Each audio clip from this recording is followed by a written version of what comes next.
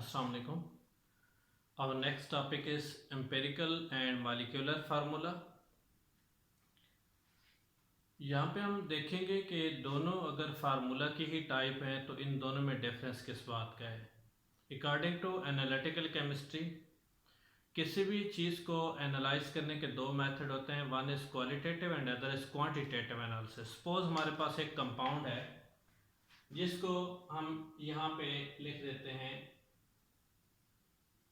उसके अंदर A B C और डी एटम्स हैं.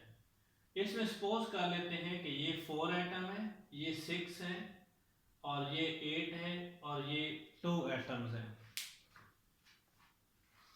सपोज हमारे पास कंपाउंड है जिसके अंदर लगे हुए एटम जो हैं वो 4 के ए के 4 एटम है, बी 6, सी 8, डी 2. देखें, जब भी हम किसी कंपाउंड को चेक करते हैं तो उसमें सबसे पहले ये देखा जाता है कि इसकी टोटल मास क्या है या इसके अंदर कितनी कितनी क्वांटिटी के कितने एटम लगे हुए हैं. ठीक है, जैसे सबसे पहले मैंने ये देखा है कि ए के कितने कितने एटम है, बी के, सी के, डी के. नेक्स्ट ये देखा जाता है कि वो ए बी सी या डी जौन से भी एटम हैं उनकी क्वालिटी क्या है, वो एटम खुद कैसे हैं.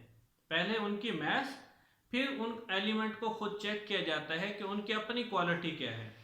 जैसे सपोज हमारे पास है, सबसे सिंपल सा फार्मूला है empirical formula. Next one is molecular formula. Empirical formula जो है ये हमें ये बताता है simple whole number ratio. Simple whole number ratio. जैसे हमारे पास ये कंपाउंड था, इस कंपाउंड की सिंपल होल नंबर रेशो जो बनेगी वो 1, 2 पे अगर सारों को डिवाइड कर दें तो ये इसकी रेशो आएगी. ठीक है, अगर सिंपली हम 2 पे डिवाइड कर दें तो इसकी जो रेशो आएगी वो ये आएगी. ये हमारे पास आएगा empirical formula, simple whole number ratio. ये सिंपल होल नंबर है, ये है एक्चुअल रेशो. ये जो होगी ये हमारे पास होगी ये actual whole number ratio, actual whole number ratio.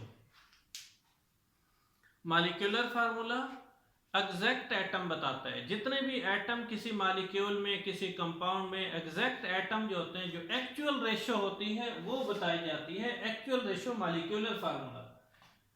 इसके अंदर सिंपल रेशो, अगर सपोज हम एक कंपाउंड ले लेते हैं, यहां पे है सपोज हम कर लेते हैं बेंजीन.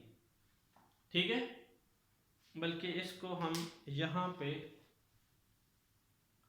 लिख लेते हैं. ये हमारे पास है बेंजीन C6H6. इसकी अगर सिंपल रेशो इसको 6 पे डिवाइड करते हैं तो इसकी सिंपल रेशो जो बनेगी वो CH बनेगी. इसका मतलब है कि ये जो है ये एक्चुअल रेशो है, 6 की रेशो है, वो जो है वो 1 रेशो में है. इसी तरह नेक्स्ट अगर हम इसी तरह की और एग्जांपल लेते हैं, ग्लूकोज की C6H12O6. इसकी सिंपल रेशो जो बनेगी वो बनेगी 1 और ये 2. तो CH2O जो होगी ये सिंपल, सबसे सिंपल होल नंबर रेशो है और ये एक्चुअल होल नंबर रेशो है. तो ये फार्मूला है बेंजीन और ये जो है ये ग्लूकोज. अब देखिए दोनों में डिफरेंस यहाँ पे हमने किस चीज का देखा, एम्पिरिकल फार्मूला. एम्पिरिकल का जो मतलब है या मीनिंग है वो भी यही बनता है कि ऑब्जर्वेशन बेस्ड. ठीक है, वो कोई उस पर ज्यादा जो है उस पर फाइनल रिसर्च नहीं होती, जस्ट ऑब्जर्वेशन होती है. ये मॉलिक्यूलर है, मॉलिक्यूलर में एक्चुअल रेशो, एम्पिरिकल के अंदर सिंपल होल नंबर रेशो. अगर हम देखें कि बेंजीन है, इसके अंदर इसको 6 पे डिवाइड करें तो CH इसका एम्पिरिकल बनेगा. इसी तरह इसका एम्पिरिकल जो बनेगा वो CH2O ग्लूकोज का बनेगा. अब यहाँ पे हम देखेंगे कि इसका या इसका हमें बेनिफिट क्या है. बात यह है कि जो मॉलिक्यूलर फार्मूला है उसका तो बेनिफिट हमें एग्जैक्ट ये है कि हमें एक्चुअल होल नंबर रेशो दे देता है. एग्जैक्ट जो रेशो होती है, जो एक्चुअल एटम होते हैं वही के वही बताए जाते हैं. एम्पेरिकल फार्मूला जो है ये सिंपल होल नंबर रेशो से हम परसेंटेज कंपोजिशन ले सकते होते हैं। इसका सिंपल हमें ये फायदा मिलता है कि परसेंटेज कंपोजिशन इसके जरिए भी हम फाइंड कर सकते हैं। नेक्स्ट, इसमें डिसएडवांटेज क्या है, हम मोस्टली मॉलिक्यूलर फार्मूला यूज करते हैं, एम्पेरिकल यूज क्यों नहीं करते? उसकी बेसिक रीजन ये है कि बहुत सारे ऐसे कंपाउंड भी हैं जिनके एम्पेरिकल फार्मूले एक जैसे हैं। जैसे सपोज हम यहां पे एक और कंपाउंड लिख लेते हैं C2H2, इसे हम कहेंगे एसिटाइलिन, एसिटाइलिन या इसे इथाइन भी कहेंगे। ये बेसिकली वेल्डिंग कटिंग के अंदर ये वाली गैस यूज होती है जिसका ऑक्सीजन के साथ फ्लेम बनता है, उस फ्लेम को ऑक्सी एसिटाइलिन फ्लेम भी कहते हैं। 3000 उसका टेम्परेचर होता है फ्लेम का। तो इसके अगर सिंपल रेशो लें तो ये भी बनेगा CH, इसकी रेशो क्या बनेगी CH।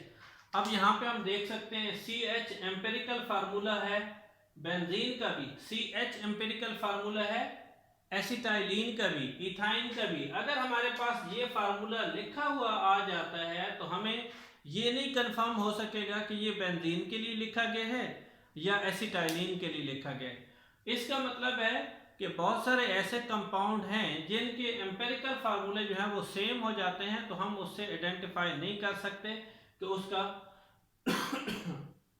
जो एग्जैक्ट क्या हो सकेगा मॉलिक्यूलर फार्मूला। तो यहाँ पे इसी वजह से ये मैंने हेडिंग में भी लिखा है कि इनके एम्पेरिकल फार्मूला जो हैं वो सेम है, बेंजीन का और एसिटाइलिन का एम्पेरिकल फार्मूला सेम है। अब कुछ ऐसे कंपाउंड भी हैं जिनका एम्पेरिकल या मॉलिक्यूलर वो होता ही एक है। जैसे सपोज शुगर है C12H22O11, सपोज वाटर है CO2 है, जिन पे कोई एक पेट फिगर उस पर डिवाइड नहीं हो सकती, उसको मजीद सिंपल नहीं कर सकते, तो उससे क्या होता है कि उनका एम्पेरिकल या मॉलिक्यूलर फार्मूला सेम होता है।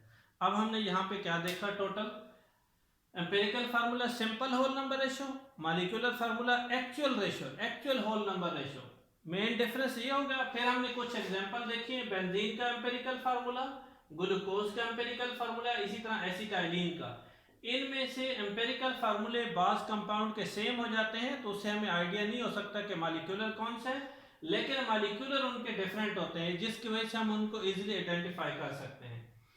So in case of benzene, acetylene, they are having same empirical formula, but some compound are having, यानी एक ही कंपाउंड है उसका क्या होगा, एम्पेरिकल भी वही होगा, उसका मॉलिक्यूलर भी वही होगा। जैसे इसका एम्पेरिकल लिखें या मॉलिक्यूलर रखें, इसको मजीद डिवाइड हम नहीं कर सकते, तीनों को हम किसी एक डिजिट के जरिए डिवाइड नहीं कर सकते, तो हम ये कह सकते हैं इसका मॉलिक्यूलर भी यही है, इसका एम्पेरिकल भी यही है। इसी तरह वाटर का एम्पेरिकल भी यही है और एम्पेरिकल भी यही है, CO2 का, कार्बन डाइऑक्साइड का भी, अमोनिया का भी।